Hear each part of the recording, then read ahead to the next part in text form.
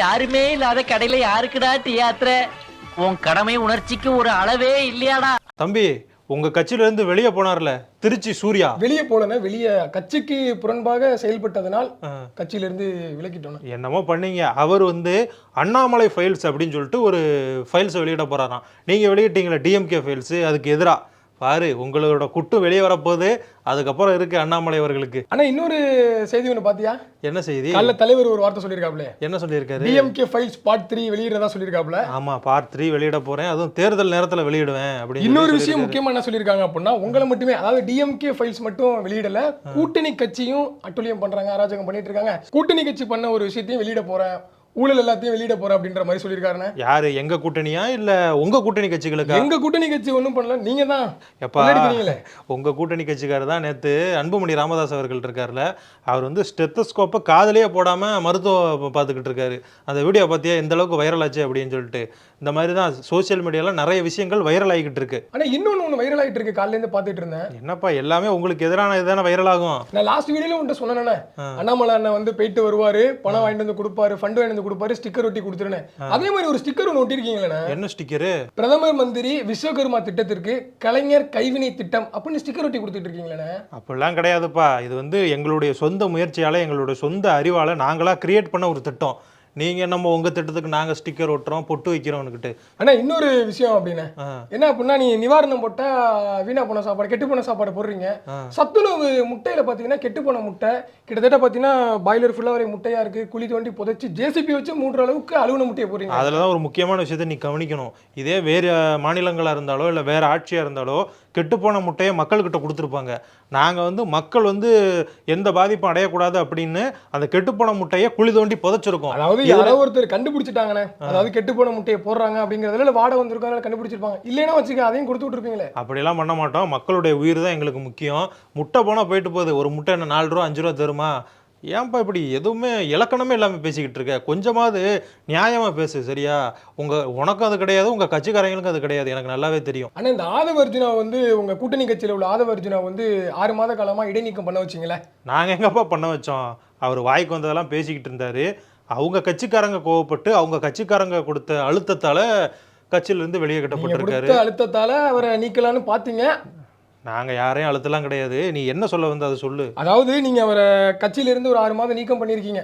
ஆனால் அவர் என்ன ஒரு எக்ஸ்தலத்தில் பதிவு போட்டிருக்காரு அப்படின்னா, ஆட்சியிலும் பங்கு அதிகாரத்திலும் பங்கு என்ற முழக்கத்துடன் எளிய மக்கள் அதிகாரத்தை பிரச்சாரத்தை மக்கள் சக்தியுடன் விரைவில் உருவாக்குவோம் அப்படி. அதாவது ஆட்சியிலையும் பங்கு அதிகாரத்திலையும் பங்கு, விரைவில் ஒரு பிரச்சாரம் உருவாக்குவோம் அப்படின்ற இவரை கட்சியிலேருந்து விலக்கிட்டாங்க.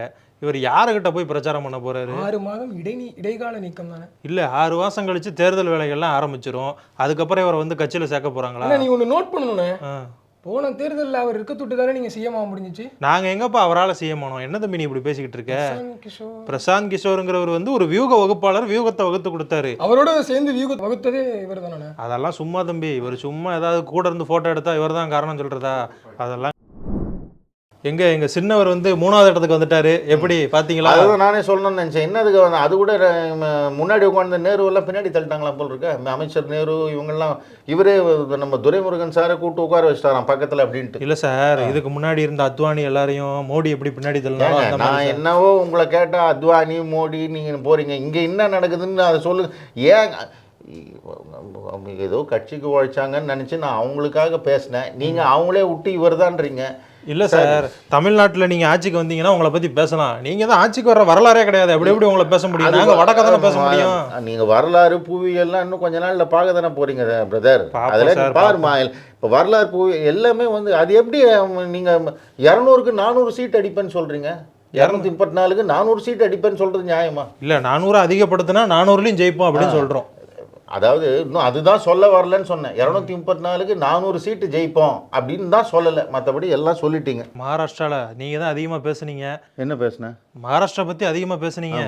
அங்க பாத்தீங்க அப்படின்னா இப்போ விவிஎம் மிஷின் இருக்குல்ல, அதெல்லாம் போட்டு எரிச்சுக்கிட்டு இருக்காங்களா உத்தவ் தாக்கரே கட்சிக்காரங்க. சரி சொல்றேன். அது அவங்க எரிச்சா என்ன? அதனால என்ன சொல்ல வரீங்க? இல்ல சார், போராட்டம் நடத்துறாங்க. ஜனநாயகம் இப்படி கெட்டு கிடக்கே, இப்படி ஆட்சி நடத்துறீங்களே அப்படின்னு. இவிஎம் மிஷின்னால உங்களுக்கு ஜனநாயகம் கெட்டு போச்சா அப்படின்னு அவங்க சொல்றாங்க. கர்நாடகாவில் இவிஎம் மிஷின் தான் ஜெயிச்சாங்க. அப்போ அப்போ ஜனநாயகம் கெட்டு போகலையா? அது எப்படி பாது உங்களுக்கு மாத்திரம் தோக்கும்போது ஜனநாயகம் கெட்டு போகுது, ஜெயிக்கும் போது மக்களாக பார்த்து தேர்ந்தெடுத்தார்கள். என்ன கணக்குன்னே புரியலையே. அது இதுதான் சார் அரசியல் கணக்கு. பாஜக போடுற அரசியல் கணக்கு என்ன கணக்கு? அதான் இந்த மாதிரி இவிஎம் ஹேக் பண்றது, இந்த மாதிரி பண்றது. அது என்னன்னா வயித்தெரிச்சல். நீ வேற. சரி சார், எனக்கு இதை விடுங்க. இவிஎம் அதை நீங்க வந்து எப்பவுமே நீங்க இது பண்றது இல்ல. நான் விடுறதில்ல, அது வயித்தெரிச்சல். அதுல முக்கியமான ஒரு விஷயம் சொல்லணும்னு நினைக்கிறேன். அந்த உத்தவ் தாக்கரே வந்து இப்போ சமீபத்தில் ஒரு தொலைக்காட்சியில் கூட நான் பார்த்தேன். உத்தவ் தாக்கரே கொஞ்சம் முன்னுக்கு வரணும் அப்படின்னா அங்க ஒரு சஞ்சய் ராவத்னு ஒருத்தர் இருக்காரு. ஆமா, தெரியுமா? கேள்விப்பட்டிருக்கீங்களா? அவர் முக்கியமான அமைச்சரா இருந்தாரு. ஆமா, முக்கியமான அமைச்சரா இருந்தாரு. பாலா சாஹேப் தாக்கரேனுடைய படத்தை எடுக்கிறதுக்கு அவர் தான் எடுத்தாருன்னு நினைக்கிறேன். அந்த படத்தையே அவர் தாக்கரேன்னு ஒரு படத்தை. அந்த மனுஷன் வாயை திறக்காம இருந்தாலே வந்து இன்னும் ஒரு 30 சீட்டு ஜெயிச்சிருப்பாங்க அவங்க. அப்படியா? ஏன் அவர் அப்படி என்னெல்லாம் பேசுனது? இல்ல, அதாவது இப்போ உங்க கூட்டணியில் இருக்கிற ராகுல் காந்தி நாங்க என்ன சொல்றோம், அதாவது எங்களுக்கு எங்கேயாவது ஜெயிக்கணும், இல்ல நாங்க போறதுக்கு பிரச்சாரம் போறதுக்கு முடியல அப்படின்னா இவர் போனா போறோம், நாங்க போவே தேவையில்லை, அது முடிச்சு விட்டுருவாரு அவரு. அந்த மாதிரி சஞ்சய் ராவத்னு சொல்றீங்க? ஆமா, அந்த இடத்துல அப்படிதான். நான் சொல்ல, அங்கேயும் நிறைய பேர் அதான் சொல்றாங்க. அதாவது வாய் துடுக்குன்றது ரொம்ப ஜாஸ்தி அந்த மனுஷனுக்கு. சரிங்க சார், அவரை பத்தி பேசி. சரி, சொல்லுங்க. அடுத்து உங்க கேள்வி. பங்களாதேஷுக்கு போவோம். பங்களாதேஷ்ல என்ன நடக்குது? ஷேக் ஹசீனா வேற ஏதோ சொல்லியிருக்காங்கன்னு சொல்றாங்க. நீங்க அதை பத்தி என்ன கருத்து? அதாவது இந்த மாதிரி ஒரு அராஜகமான போக்கு ஒரு நிகழ்வு எப்பவுமே நடந்தது இல்லைன்னு சொல்றாங்க. அதே மாதிரி இந்த தால்ஸ்மா நஸ்ரீன்னு சொல்லிட்டு ஒரு நாவலிஸ்ட் இருக்காங்க, ரைட்டர். எக்ஸ் தளத்துல பதிவேற்றிருக்காங்க. அவங்க என்ன சொல்லியிருக்காங்க? அவங்க ரொம்ப கிளியரா 1971 பாகிஸ்தான்லேருந்து பங்களாதேஷ் உருவாக இருக்கிறதுக்கு காரணமா இருந்த நம்ம நாடு, அதாவது இந்தியா என்கின்ற பாரதம், அந்த நாட்டுக்கு எதிராகவே இவங்க கிளர்ச்சி பண்ணணும்னு சொல்லிட்டு பாகிஸ்தான் கூட கை கோத்துட்டு உட்காந்துட்டு இருக்காங்கன்னு சொல்லிட்டு அவங்க வருத்தப்படும். அவங்க பங்களாதேஷ்காரங்க தான். வர பங்களாதேஷிக்கெல்லாம் வந்து சாப்பாடு போடுறதுக்கு இந்தியா வேணும். என்ன, பாகிஸ்தான் வந்து கிட்டத்தட்ட எத்தனையோ லட்சம் பேர்களை கொன்னாங்கங்க பங்களாதேஷில். அதே மாதிரி எத்தனையோ பெண் பிள்ளைகளையும் தாய்மார்களையும் வந்து மோசமான ஒரு அந்த இதை செஞ்சாங்க அவங்க. அதாவது சொல்லக்கூடாது, கற்பழிப்புலேருந்து எல்லாமே செஞ்சாங்க. இந்தியா போய் அதில் தலையிட்டு அவங்களுக்கு தனி நாடு வாங்கி கொடுத்ததே இந்தியா தான். ஆனால் இன்றைக்கி எப்படின்னா மதத்தினுடைய அடிப்படையில் பாகிஸ்தான் கூட கை கோத்துக்கிட்டு, பாகிஸ்தானும் என்ன நினைக்கிறான், அந்த 71க்கு வந்து இப்போ வந்து பேச்சப் பண்ணிக்கணும் அப்படின்ற மாதிரி நினைக்கிறாங்க. நமக்கு எதிராக திரும்பி இந்த மாதிரிலாம் பேசி அது நாம் வருத்தப்படுறதுன்றது கூட வேற.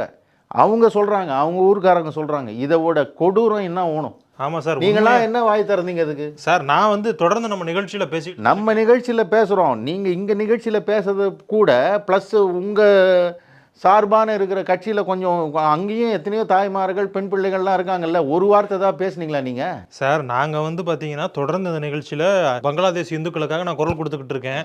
இன்னொரு முக்கியமான விஷயம் சார், பெண்கள் அப்படின்னு சொன்னோன்னா எனக்கு ஞாபகம் வருது. இவர் இருக்கார்ல சார், லாலு பிரசாத் யாதவ். லாலு பிரசாத் யாதவ் வந்து ஏதோ பெண்களை வந்து இழிவுபடுத்திட்டாரு அப்படின்னு சொல்லிட்டு சொல்கிறாங்க. அந்த வீடியோ நான் பார்த்தேன், ஹிந்தியில் இருந்தது. அதெல்லாம் இல்லை. இவர் வந்து இல்லைம்மா, இது பீகார் சிஎம் வந்து நிதிஷ்குமார். ஆமாம், அந்த ஒரு மகிழா சம்வாதம், அதாவது ஒருத்தருக்கு ஒருத்தர் பார்த்து அந்த பெண்கள் தாய்மார்களை பார்த்து ஒருத்தருக்கு ஒருத்தர் என்னென்ன இதுன்றது பேசணும் குறை. ஏன்னா அங்கேயும் எலெக்ஷன் வருது இல்லை. மகிழா சம்வாத் யாத்திரான்னு ஒரு யாத்திரை வந்து 15ஆம் தேதி நடத்த இருக்காரு. மகிழா சம்வாத் யாத்திரைன்னா என்னன்றது உங்களுக்கு தெரியும். யாத்திரைன்னா யாத்திரை, அது ஒரு பிரயாணம் மாதிரி போகிறது. யாத்திரை மகிழான்னா பெண்கள் கூட என்ன இருக்கு குறை நிறைகளை பற்றி பேசுறதுக்கு, எல்லாரையும் அவங்கள போய் பார்க்கறதுக்கு போறாரு. அத்தை வந்து ஒரு வக்கரமான ஒரு வன்மமான புத்தியில் லாலு பிரசாத் யாதவ் பேசுறதெல்லாம் நம்ம சீரியஸாகவே எடுத்துக்க தேவையில்லை. பட் இருந்தாலும் நீ கேட்டதுக்காக நான் சொல்கிறேன், அந்த ஒரு வக்கரம் பிடிச்ச ஒரு மட்டமான ஒரு வார்த்தை அது. சொல்கிறதுலேயே வித்தியாசம் இருக்குமா? இப்போ பெண்களை பார்க்குறதுக்கு போகிறாரு அப்படின்னு அவர் சொல்கிறாரு, நாளைக்கு அதையே கூட மறுக்கலாம். நான் என்ன சொன்னேன், சாதாரணமாக அது என்ன ஒரு கேவலமான ஒரு இன்டென்ஷன், அதாவது நோக்கம் சரி கிடையாது அதில். பெண்களை பார்க்கறதுக்கு போகிறாரு, அது எப்படி? அது யாத்திரையே பெண்களை பார்க்குறது. நம்மளே நடராஜே பார்த்து எப்படிமா உடம்பு எப்படி இருக்குது பரவாயில்லையா அப்படின்னு கேட்குறது அப்படின்னா, உடம்பு எப்படி இருக்குது அப்படின்னு கேட்டால் ரெண்டுத்துக்கு வித்தியாசம் இருக்குல்ல. அந்த மாதிரி தான் அவர் பேசுகிறாரு. கொஞ்சம் கூட ஒரு மரியாதையை, அதாவது அவருடைய மாநிலத்தினுடைய தாய்மார்களையே அவர் மதிக்காமல் எல்லாத்தையுமே கொச்சப்படுத்தி இந்த மாதிரி வந்து அது எங்கேருந்து உருவாச்சுன்னு தெரில. இல்லை உங்கள் சகவாசம் ஜாஸ்தி ஆகிடுச்சா? சார், நாங்கள்லாம் பெண்களை மதிச்சுக்கிட்டு தான் இருக்கோம். இன்னொரு டவுட்டு சார் எனக்கு, அதாவது நான் வந்து பேப்பர்லாம் படிப்பேன். சரி, இங்கிலீஷ் பேப்பர் வந்து படிப்பேன். அதில் பார்த்தீங்க அப்படின்னா இந்த பஜன்லால் சர்மாவா, ராஜஸ்தான் பஜன்லால் சர்மா, அவரோட போட்டோ வந்து பெருசா போட்டிருக்காங்களே என்ன? ஆமா சார், இன்வெஸ்டர்ஸ் மீட் நடக்குது சார் அங்க. பிரமாதமான மீட்டு நேத்தெல்லாம் முடிஞ்சு கிட்டத்தட்ட நீங்கள் பார்த்தீங்கன்னா இண்டஸ்ட்ரியிலே கிட்டத்தட்ட 4 லட்சம் கோடி இன்வெஸ்ட்மெண்ட் அங்கே நடக்குது. ஃபர்ஸ்ட் கிளாஸாக முடிஞ்சிருக்கு. மைனிங்கில் கிட்டத்தட்ட 2 லட்சம் கோடி பண்ணுறாங்க. எல்லாம் அதாவது சும்மா இன்வெஸ்ட்மெண்ட்ன்றது பேர் கிடையாது, டேக் ஆஃப் ஆகுது எல்லாம். சார் நீங்கள் என்ன சார், நாங்கள் நடத்தினோம் தொழில் முதலீட்டு எவ்வளோ இன்வெஸ்ட்மெண்ட் கொண்டு வந்தீங்க? ஏதாவது நிறைய கொண்டு வந்திருக்கோம். புரிந்துணர்வு ஒப்பந்தங்கள் போடப்பட்டிருக்கு சார். நிறையன்னா இவ்வளோவாலாம் கேட்குறேன். எவ்வளோ நம்பர் சொல்லுங்க சார். நம்பர் நாங்களும் தான் பேப்பரில் அடிச்சு போடுவோம். செயல்பாட்டுக்கு வருதா அப்படி போடுங்க சார் முதல்ல. சரி, அட்லீஸ்ட் நீங்கள் அடிச்ச பேப்பர்லையாவது நம்பர் காட்டுங்க. இந்த இன்வெஸ்ட்மெண்ட் வந்திருக்கு, இதனால இவ்வளோ தொழில் ஆரம்பிச்சிருக்கோம், இவ்வளோ பேருக்கு வேலை கிடைச்சிருக்கு, இவ்வளோ நன்மையாக இருக்குது தமிழ்நாட்டுக்குன்னு ஏதாவது ஒன்று காட்டுங்க சார். நாங்கள் பண்ணதை பார்த்து காப்பி அடிச்சு தான் அவங்களே பண்ணியிருக்காங்க. என்ன அதுதான் சார் எனக்கு ஒன்றும் புரியல. அவங்க காப்பி அடிச்சான்னு சொல்லாதீங்க. அவங்க காப்பி அடிச்சா நேற்றுக்கு நடந்திருக்காது. நீங்கள் பண்ண ஏதாவது ஒரு நம்பர் காட்டுங்க சார். இவ்வளோ இண்டஸ்ட்ரி வந்திருக்கு. MOU கையெழுத்து புரிந்துணர்வு ஒப்பந்தன்றது அது இண்டஸ்ட்ரி என்ன சார், அதெல்லாம் ஒரு கணக்கு எடுப்பீங்களா? அதையும் கணக்கில் எடுக்கணும் சார். எது கையெழுத்து போட்டதோடு நிறுத்தி போயிட்டு நம்ம கிளம்பி போயிடுறது தான். 100 கையெழுத்து போட்டாதான் 2 நடைமுறை. எங்க நடக்கும்? வெறும் கையெழுத்து போட்டு கை குலுக்கிட்டு வரது இல்லை, வேலையை ஆரம்பிக்கிறாங்க. நீங்க கையெழுத்து போட்டு கை குலுக்கிட்டீங்க, சந்தோஷம், நல்ல விஷயம். அதுக்கப்புறம் என்ன நடந்தது? ஏதாவது ஒரு டேட்டா கொடுங்க. நீங்க வேலையும் நடந்துகிட்டு இருக்கு. உங்களை மாதிரி ஆட்களுக்கு அது கண்ணுக்கு தெரியாது, உங்களுக்கு குறைகள் மட்டும் தான் தெரியும். சரி, நீங்க அவரை பத்தி ரொம்ப பெருமையா பேசுறீங்களே, ராஜஸ்தான் சிஎம் பத்தி. சோனு நிகம்னு ஒரு பாடகர் இருக்காரு. அவர் ஒரு விழாவில் பாட்டு பாடிக்கிட்டு இருக்காரு. இவர் அந்த விழாவில் கலந்துக்க போயிருக்காரு. யாரு? ராஜஸ்தான் சிஎம் பஜன்லால் சர்மா. பாதியிலே எஞ்சி போயிட்டாராம். அதுக்கு அந்த பாடகர் என்ன சொல்லியிருக்காருன்னா, இந்த ராஜஸ்தான் சிஎம் சரஸ்வதி மாதா இருக்காங்கல்ல, அவங்கள அவமதிச்சுட்டாரு. பாஜக முதல்வர் இப்படி இந்து கடவுளை அவமதிப்பாரா? எங்கேயாவது கேள்விப்பட்டிருக்கீங்களா? அது சார் இப்போ நடுவில் எழுந்து போனார், அவ்வளவுதானே பிரச்சனை. என்ன காரணமா இருக்கும்? சார் அது போட்டோம் சார், கடவுளே அவமதிச்சுட்டாரு. நடுவில் எழுந்து போயிருக்காருன்னு சோனு நிகம் அவருடைய பாயிண்ட் ஆஃப் வியூவை சொல்றாரு. இது எழுந்து நடுவில் போனது ஒரு பெரிய மேட்டர். அது நீங்க அது வேற ஏதாவது காரணம் கூட இருக்கலாம். அந்த காரணம் தெரியுமா உங்களுக்கு? அது எனக்கு தெரியாது. ஆனா அந்த பிரச்சனை நாங்க எடுத்து பேசுவோம். எப்படி ஒரு இந்து ஒரு சிஎம் அவமதிக்கலாம்? ஆமா, நீங்க என்ன சார் எல்லாம் அடிச்சு விடு குரூப், அடிச்சு விடு அந்த குரூப். நீங்க பேசாத கடவுள் இதுவா? ஏன் சார்? அவர் எழுந்து போனது நான் சரின்னு சொல்ல வரல. ஆனா இதுக்கு ஒரு பெப்பு கொடுத்து நீங்க பேசுறீங்க பாருங்க. அவர் எழுந்து போயிட்டாரு சார். நானே சொல்றேன் சார், இப்ப நம்ம 2 பேரும் பேசிக்கிட்டு இருக்கோம். இப்ப நான் அப்படி பாதியிலே போயிட்டேன்னா எப்படி சார் இருக்கும்? 2 பேரும் பேசிட்டு இருக்கும் போது பாதியில் எழுந்து போனா தப்பு. ஆனா சோனி நிகம் பஜன்லால் சர்மா கூட உட்காந்து பேசிட்டு இல்ல. அது புரிஞ்சுக்க. அவர் பாட்டு பண்ணதை கேட்டுக்கிட்டு வேற ஏதாவது வேலை வந்திருக்கும். இப்போ நீங்க அதாவதுங்க பாதி நேரம் கற்பனையிலே செலவு பண்ணா இந்த மாதிரி எண்ணங்கள்லாம் வரதான் தோணும். அப்படி வரும். நீங்க பேசிக்கிட்டே இருங்க, நான் போறேன். பேசு தமிழா பேசுவினுடைய மக்கள் ஃபவுண்டேஷன் மூலமா நம்ம ஒரு மிகப்பெரிய ஒரு பசு சரணாலயம் அமைப்பதற்கான முயற்சியில் ஈடுபட்டிருக்கோம். இந்த பசுக்கள் சரணாலயத்திற்கு என்னுடைய கான்ட்ரிபியூஷனா நான் ஏதாவது கொடுக்கணுங்கிற எண்ண ஓட்டத்தின் அடிப்படையில் கிட்டத்தட்ட 10 ஆண்டுகளுக்கு மேல நான் கலெக்ட் பண்ண கலை பொருட்கள் அனைத்தையும் விற்று அதன் மூலமாக திரட்டப்படக்கூடிய தொகை என்னவோ அதை இந்த மக்கள் ஃபவுண்டேஷனுக்கு, இந்த பசு சரணாலயம் திட்டத்திற்கு என்னுடைய கான்ட்ரிபியூஷனாக கொடுக்க போறேன். இந்த பொருட்கள் அனைத்துமே நம்முடைய பேசு தமிழா பேச அலுவலகத்தில் விற்பனைக்கு இருக்குது. கீழே இருக்கக்கூடிய இந்த கான்டாக்ட் நம்பருக்கு நீங்க கால் பண்ணி இது பற்றின மேலதிக விவரங்களை நீங்க தெரிஞ்சுக்கலாம். அது மட்டும் இல்லாம மக்கள் ஃபவுண்டேஷனுடைய அக்கௌண்ட் நம்பரை இந்த வீடியோடைய டிஸ்கிரிப்ஷன்ல கொடுத்துருக்கோம். நீங்க நேரடியாக அந்த அக்கௌண்ட் நம்பர் மூலமாகவும் உங்களுடைய கான்ட்ரிபியூஷன்ஸை கொடுக்கலாம். பேசு தமிழா பேசு ஒரு சேனல் கிடையாது, அது ஒரு இயக்கம்னு நான் உறுதியாக நம்புறேன். உங்களுடைய குரலை தான் நாங்கள் ஒவ்வொரு வீடியோலையும் பேசுகிறோம், உங்களுடைய மனசாட்சியை தான் நாங்கள் பிரதிபலிக்கிறோங்கிற ஒரு எண்ணம் எங்களுக்கு இருக்குது. அதே எண்ணம் உங்களுக்கு இருந்ததுன்னா தொடர்ந்து பேசு தமிழா பேசுவனுடைய முயற்சிகளுக்கு நீங்க கொடுக்கக்கூடிய ஆதரவை இந்த பசுக்கள் சரணாலயம் திட்டத்திற்கும் கொடுக்கணும்னு சொல்லி ரொம்ப தாழ்மையோடு கேட்டுக்கிறேன். உங்களுடைய அன்பாலையும் ஆதரவாலையும் தான் பேசு தமிழா பேசி இயங்கிட்டு இருக்கு. அதற்கு என்றென்றைக்கும் நன்றி. இந்த வாரத்துல 7 நாள், இந்த 7 நாள் 7 கிழமைகள்ல பிறந்திருந்தா அவங்களுக்கு எந்த மாதிரி விஷயங்கள் இதெல்லாம் செஞ்சா அவங்களுக்கு இதெல்லாம் இன்னும் கொஞ்சம் சக்சஸ்ஃபுல்லா இருக்கும், பவர்ஃபுல்லா இருக்கும்? ஏன்னா ஒரு கிழமையை போய் பெருசா பேசணுமா அப்படின்னா, நம்முடைய ஜோதிட சாஸ்திரமும் அந்த வான சாஸ்திரத்தையே வாழ்க்கையா வச்சிருந்தவங்க நம்முடைய மக்கள். இந்த மாதிரி ஆன்மீகம் மற்றும் ஜோதிடம் சார்ந்த இன்னும் பல வீடியோக்கள் பார்க்கணுமா? மறக்காம திருவருள் டிவிக்கு சப்ஸ்கிரைப் பண்ணுங்க. திருவருள் டிவியுடைய சேனல் லிங்க் இந்த வீடியோடைய டிஸ்கிரிப்ஷன்ல இருக்கு.